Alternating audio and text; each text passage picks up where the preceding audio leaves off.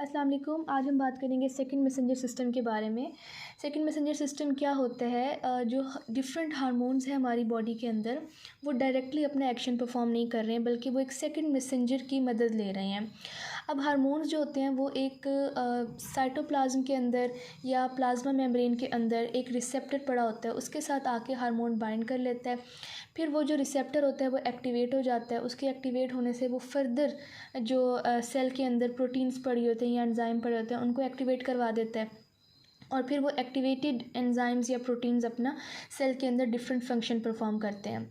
और वो function basically किसका फंक्शन होता है? जो हार्मोन आकर रिसेप्टर को बाइंड हुआ था उसका फंक्शन होता है। तो इस तरह से डिफरेंट हार्मोन्स जो हैं वो एक सेकंड मैसेंजर की मदद लेते हुए अपना फंक्शन परफॉर्म करवाते हैं।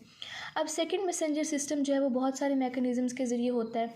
एक साइक्लिक एएमपी सिस्टम है हमारे पास, एक हमारे पास जैक-स्टैट सिस्टम है, एक हमारे पास इनोसिटोल ट्राइफॉस्फेट के ज़रिए भी एक प्रोसेस होता है, और एक हार्मोन रिसेप्टर कॉम्प्लेक्स है। अब इन चारों मैकेनिज़म्स को हम एक एक करके देख लेते हैं। सबसे पहले हम देखते हैं साइक्लिक एएमपी सिस्टम क्या होता है। अब ये आपको नज़र आ रहा है प्लाज्मा मेम्ब्रेन है, ये एक्स्ट्रा सेलुलर कंपार्टमेंट है और ये सेल के अंदर का कंपार्टमेंट है। अब होगा क्या कि यहाँ पर एक हमारे पास रिसेप्टर पड़ा हुआ है। ये रिसेप्टर डिफरेंट लूप्स बनाता है प्लाज्मा मेम्ब्रेन के अंदर। एक पार्ट इसका सेल के बाहर है, एक पार्ट इसका सेल के अंदर है। ठीक है, इसको हम कहेंगे कि ये इसका एक्स्ट्रा सेलुलर पार्ट है और ये इसका इंट्रा सेलुलर पार्ट है।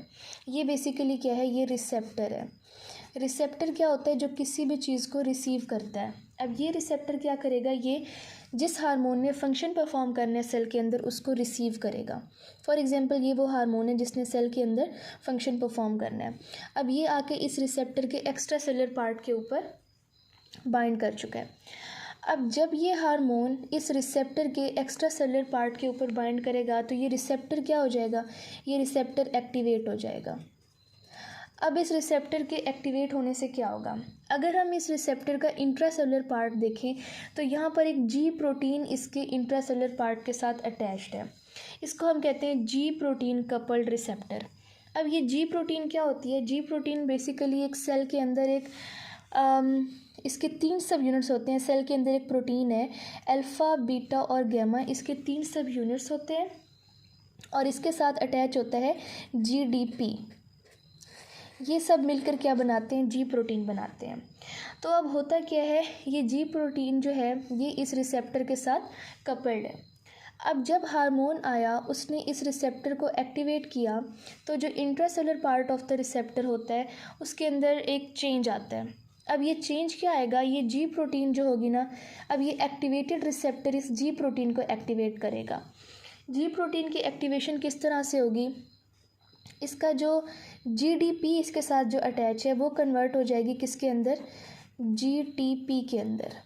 ठीक है, पहले ये ग्वानोसिन डाइफॉस्फेट थी, अब ये ग्वानोसिन ट्राइफॉस्फेट हो जाएगी, यानी इसके अंदर एक और फॉस्फेट ग्रुप ऐड हो जाएगा।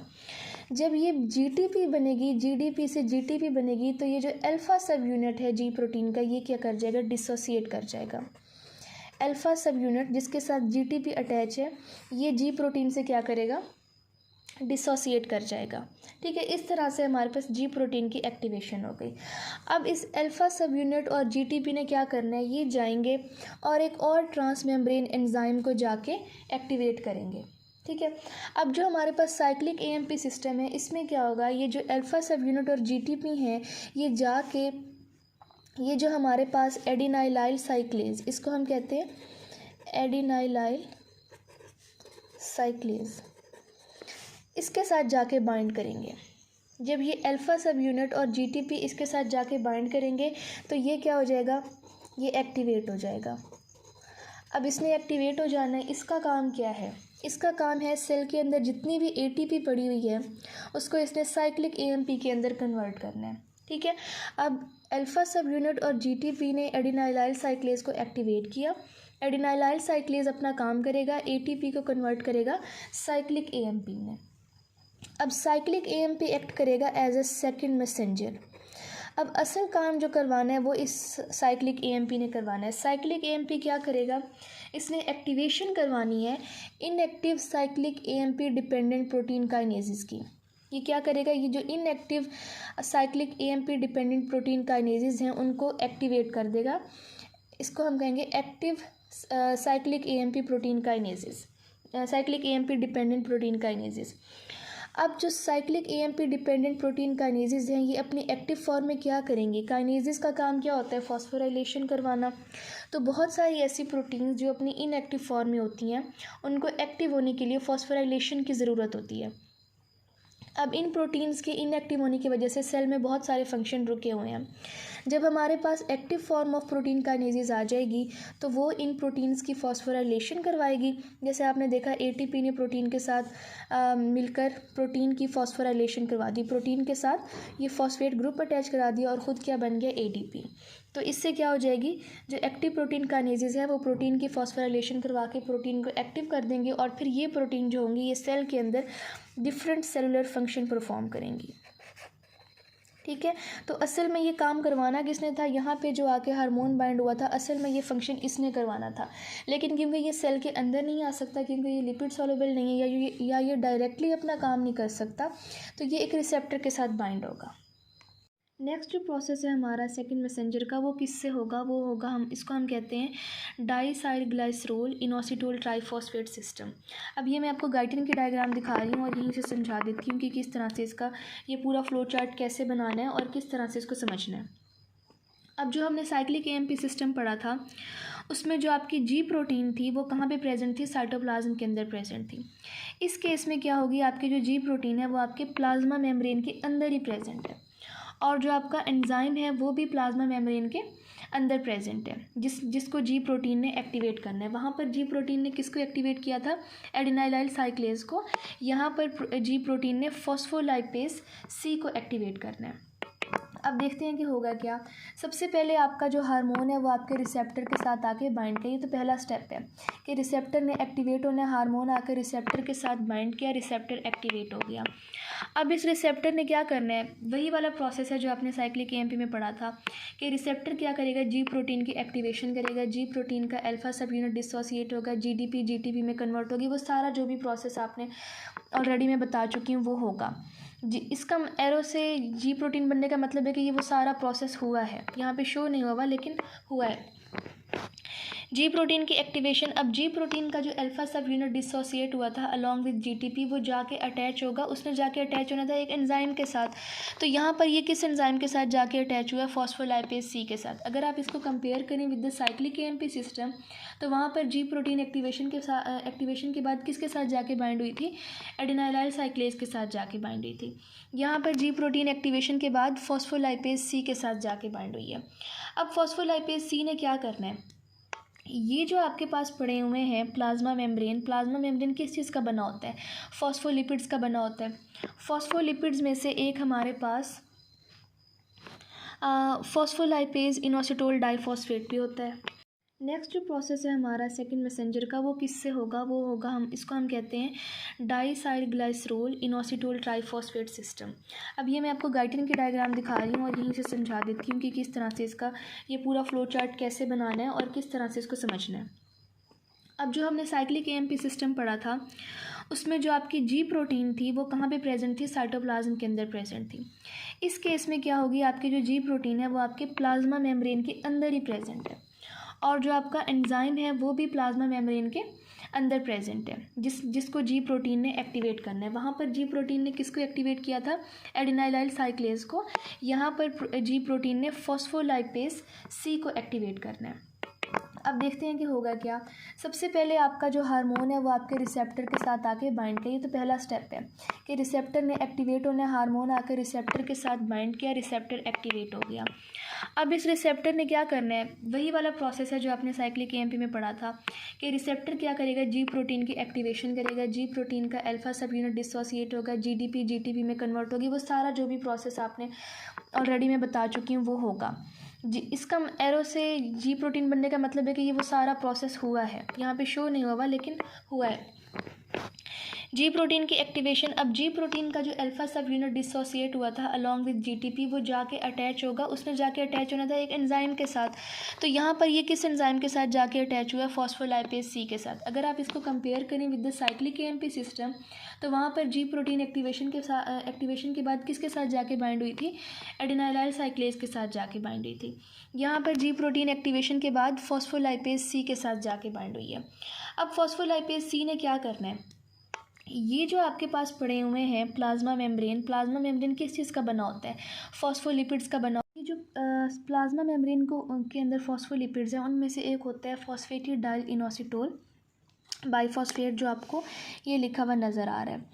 अब फॉस्फोलाइपेज सी जो कि एक्टिवेट हुए जी प्रोटीन से, जी प्रोटीन जो कि एक्टिवेट हुई थी इस रिसेप्टर से, और रिसेप्टर को किसने एक्टिवेट किया था? हार्मोन ने। अब जो हमारे पास ये फॉस्फोलाइपेज सी है, ये ब्रेक डाउन करवाएगा फॉस्फेटेड डाइल इनोसिटोल बाइफॉस्फेट को इनटू डाई इसाइल ग्लाइसरोल और इनोसिटोल ट्राइफॉस्फेट। ये दो कंपोनेंट्स बन जाएंगे हमारे पास। अब इन दो कंपोनेंट्स ने सेल के अंदर जाके डिफरेंट फंक्शंस परफॉर्म करवाने हैं। अब मैं आपको इनके डिफरेंट फंक्शंस बताती हूँ। जो हमारे पास इनोसिटोल ट्राइफॉस्फेट है, इसने जाके कैल्शियम आयंस को बाहर निकालना है। कहाँ से बाहर निकालना है? एंडोप्लाज्मिक रेटिक्यूलम से और माइटोकॉन्ड्रिया से इसने कैल्शियम आयंस को बाहर निकालना है, जैसे कि आपको यहाँ पे नज़र आ रहा है। इनोसिटोल ट्राइफॉस्फेट एंडोप्लाज्मिक रेटिक्यूलम के ऊपर एक्ट करेगा। एंडोप्लाज्मिक रेटिक्यूलम के अंदर हमें पता है कि कैल्शियम आयन स्टोर्ड होते हैं। कैल्शियम आयन को बाहर निकालेगा और फिर कैल्शियम आयन सेल के अंदर डिफरेंट फंक्शंस परफॉर्म करेंगे। कैल्शियम आयन का अपना फंक्शन होता है कि वो मसल कॉन्ट्रैक्शन करवाएं या जो भी उनके फंक्शन है वो परफॉर्म करवाएं। ठीक है। सेकंड जो हमारा कंपोनेंट था डाइसाइल ग्लाइसरोल जो कंपोनेंट था, इसने क्या करवाना है? अब डाइसाइल ग्लाइसरोल जो है हमारा, ये जिस तरह साइक्लिक एएमपी ने करवाया था कि प्रोटीन काइनेसिस को एक्टिवेट करवाया था, ये बिल्कुल उसी तरह से काम कर रहा है। डाइसाइल ग्लाइसरोल क्या करेगा? इनएक्टिवेट प्रोटीन काइनेसिस को एक्टिव प्रोटीन काइनेसिस में चेंज करवाएगा। फिर ये एक्टिव प्रोटीन काइनेसिस जो सेल के अंदर इनएक्टिव प्रोटीन्स हैं उनकी फॉस्फोराइलेशन करवा के उनको काम करने के काबिल बनाएगा। ठीक है। थर्ड जो हमारे पास मैकेनिज़्म है वो है हमारे पास हार्मोन रिसेप्टर कॉम्प्लेक्स, और ये चारों जो मैकेनिज़म्स हैं उनमें सबसे ज़्यादा सिंपल है। अब हार्मोन रिसेप्टर कॉम्प्लेक्स का जो मैकेनिज़्म है वो किस तरह से होता है? कुछ हार्मोन्स हमारे पास ऐसे हैं जो लिपिड सॉल्युबल हैं, तो वो इजीली हमारे प्लाज्मा मेम्ब्रेन को क्रॉस करके सेल के अंदर आ सकते हैं। तो ऐसे जो हार्मोन्स हैं उनका जो रिसेप्टर होता है वो या तो साइटोप्लाज्म के अंदर पड़ा होता है या फिर न्यूक्लियस के अंदर पड़ा होता है, क्योंकि वो सेल मेम्ब्रेन को आसानी से क्रॉस कर सकते हैं। बाकी जो हमने पहले दो मैकेनिज़्म पढ़े उनके अंदर जो रिसेप्टर होता है वो आपके प्लाज्मा मेम्ब्रेन के अंदर प्रेजेंट होता है। आधा पार्ट उसका सेल के बाहर होता है और आधा पार्ट सेल के अंदर होता है। ये प्लाज्मा मेम्ब्रेन के अंदर होता है।